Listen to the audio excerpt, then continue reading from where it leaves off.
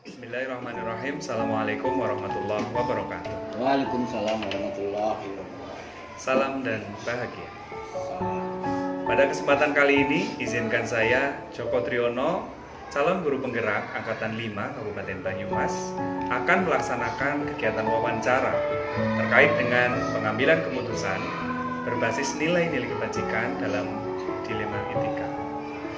Bersama ini, saya dengan sosok kepala sekolah yang sangat menginspirasi bagi kita semuanya. Beliau adalah Bapak Triyono SPD selaku Bapak Kepala Sekolah SD Negeri 1 Sambirata, Korwil Camdini Cilacap. Langsung saja kita sapa beliau. Selamat pagi Bapak. Selamat pagi. Bagaimana kabarnya Bapak? Alhamdulillah sehat, tidak kurang suatu apa.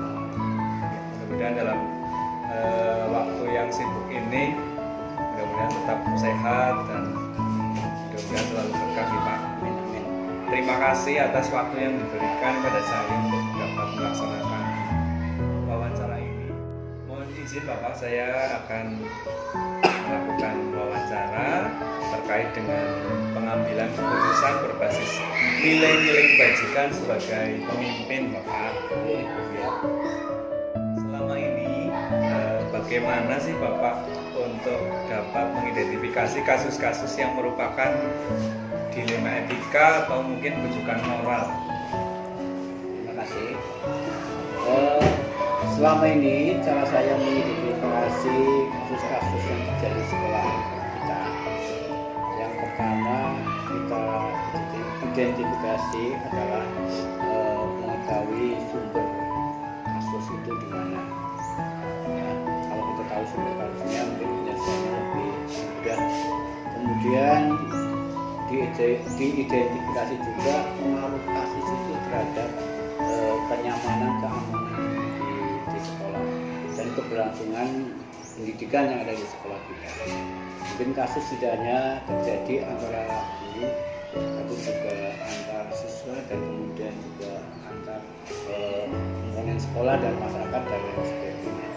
Kemudian kita harus tahu juga yang terlibat itu siapa, sehingga kita jadi lebih paham, lebih tepat untuk menangani kasus tersebut dalam memberikan solusi. Kemudian Bapak, selama ini bagaimana Bapak menjalankan pengambilan keputusan di sekolah, terutama dalam kasus di mana ada dua kepentingan yang sama-sama benar atau mungkin sama-sama mengandung nilai kebajikan? Kami saat menyelesaikan kasus dalam pengambilan keputusan yang sama-sama benar, ini juga relatif benar menurut siapa, benar menurut yang bersangkutan, mungkin tidak mesti benar menurut kita. Jadi ada beberapa kasus memang kelihatan semua benar, nanti pasti ada titik celah salah dari kasus tersebut sehingga menimbulkan konflik. Kalau benar-benar total semuanya tentu tidak akan menimbulkan konflik. Dan kita ambil titik celahnya, kita mencari solusi yang berdampak minimalisir, paling minimal terhadap keberlangsungan pendidikan, terhadap efek-efek yang ada di luar itu, sehingga kita tidak bisa mengambil keputusan sepihak dan kita juga akan melibatkan orang lain untuk memberikan masukan terhadap penyelesaian kasus ini. Selanjutnya Pak, langkah-langkah atau prosedur seperti apa yang biasa Bapak lakukan selama ini Pak? Dalam penyelesaian kasus, untuk langkah-langkah yang kami tempuh adalah yang pertama tentu saja mengidentifikasi kasus yang ada, yang sudah kami jelaskan di atas. Kemudian kita mengundang yang berseberangan atau yang terlibat konflik tersebut untuk duduk bersama mencari solusi yang terbaik bagi kedua belah pihak. Mungkin hasil solusi itu tidak mengenakan ke semua pihak karena ada salah satu pasti yang tidak sempurna dalam menerima hasil keputusan itu. Tapi kita harus menanggung resiko itu. Kita siap katakan untuk dicaci, dimaki orang lain, tapi yang jelas kita berpegang pada prinsip bahwa masalah itu selesai dan dampak itu diusahakan sedikit mungkin yang kita terima. Selanjutnya, hal-hal apa saja yang selama ini mungkin dianggap efektif dalam pengambilan suatu keputusan pada kasus-kasus dilema etika?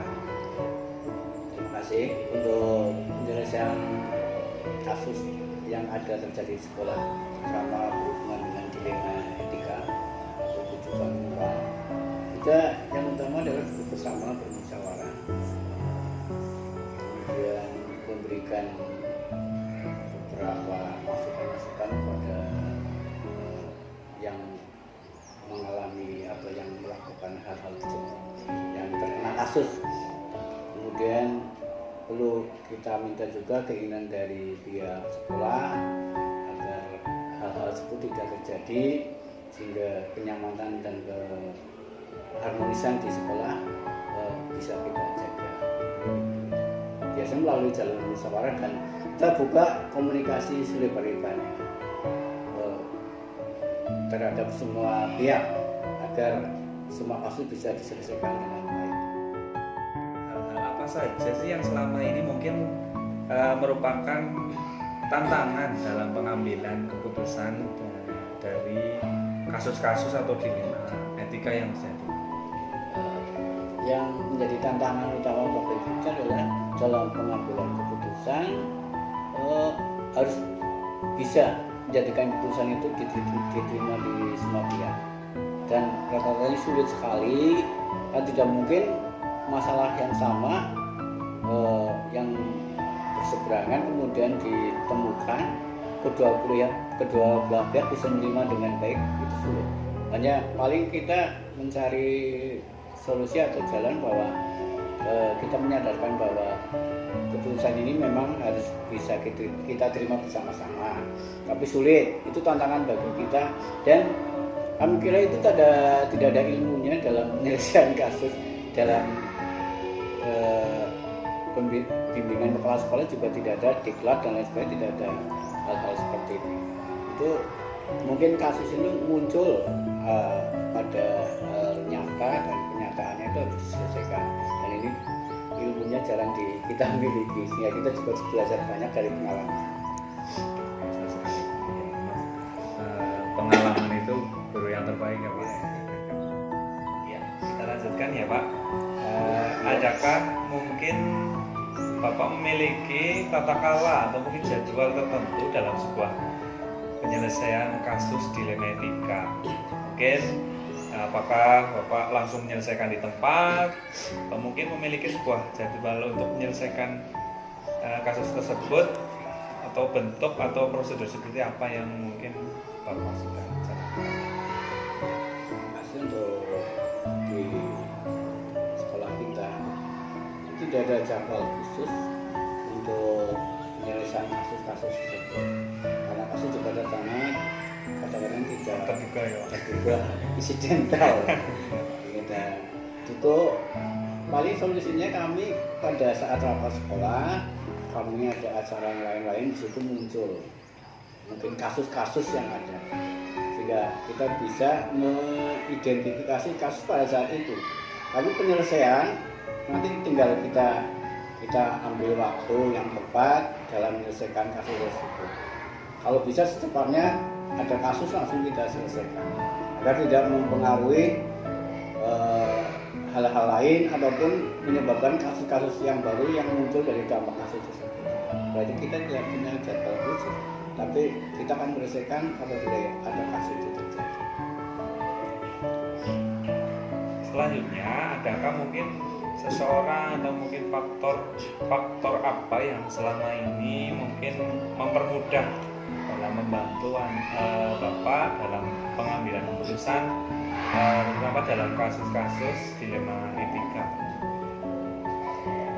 Untuk pengambilan keputusan mengenai dilema etika ini, banyak yang membantu kami banyak sekali, teman-teman guru, teman karyawan, kemudian tokoh masyarakat. Kami juga menjalin erat dengan tokoh masyarakat, kemudian mitra kami komite juga kita jalin agar dalam penyelesaian kasus ini lebih mengena pada semua pihak, sehingga kita bisa mencari latar belakang yang tepat kasus tersebut dan menilai dengan tepat juga kasus tersebut. Jadi kita tidak salah nilai, sehingga mungkin penyelesaian juga nanti lain kalau kita salah menilai satu kasus. Dan bantuan dari stakeholder yang ada di lingkungan sekolah juga kami sangat merasa sangat besar bantuannya.